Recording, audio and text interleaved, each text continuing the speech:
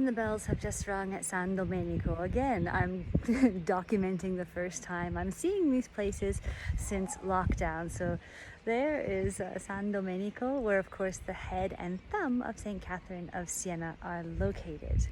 And if I turn this camera around, you can see San Domenico very clearly there.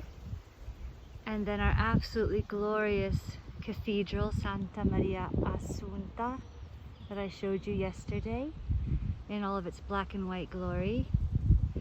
And as we pad along the city, you can see the gardens, you can see the church of San Niccolò, that tower in the background, and even the city walls of Siena going down to Fontebranda. So, update on the masks, I was able to get my 10, and apparently I am actually allowed to have 30 a month. You can only just get them 10 days at a time. So I can go back to the pharmacy in 10 days and ask for 10 more. I need to show my little health card, and that shows that I pay my health insurance taxes here, and so I'm allowed to have these masks.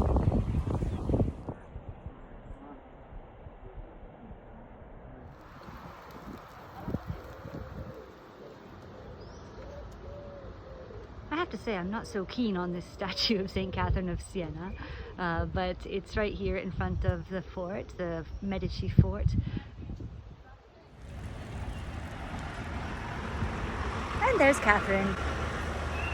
You can hear the sound of buses. There is public transportation still going around. Of course, you have to wear your mask and have space between you and your fellow passengers.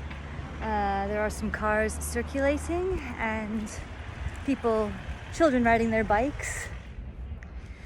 At another part of the fort, there were some people jogging there, but they are limiting the number of people who can go inside. And there is the Stemma dei Medici, the Medici family crest, a constant reminder to those of us in Siena how the Medici took over from the 16th to the 18th centuries. A place I haven't been to in a while. Let's see if the swan is home. Well, at least some people's lives haven't changed so much, or should I say some animals' lives. You can see the swan there in its usual place. Usually we have a black and a white swan here in the Parco della Lizza, but I just see pigeons and ducks and the white swan.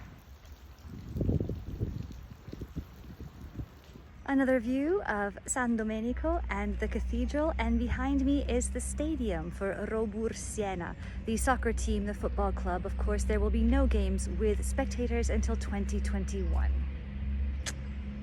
The great figure of Giuseppe Garibaldi here in the Giardini della Lizza. He, of course, was instrumental in the unification of Italy, a country only from 1861. The guide in me is just itching to get out there and show people the things that I love so much. Fonte Giusta, the first time I went into the Bottini, I went through this little door to go underground just to do a small part of the some 25 kilometers of underwater aqueducts here in Siena. I am self-employed. I am an independent contractor, which means that I have no government assistance coming in and no employer to help me at all. So it's a very difficult time, not just because I'm missing my passion, but I'm also missing a paycheck. I know it could be worse, but stiff upper lip and all that.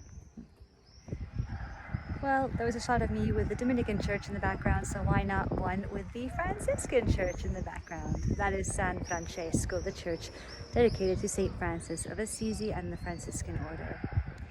Almost home. Thanks for letting me be a little bit of a tour guide today. I could get into a lot more details, but I won't.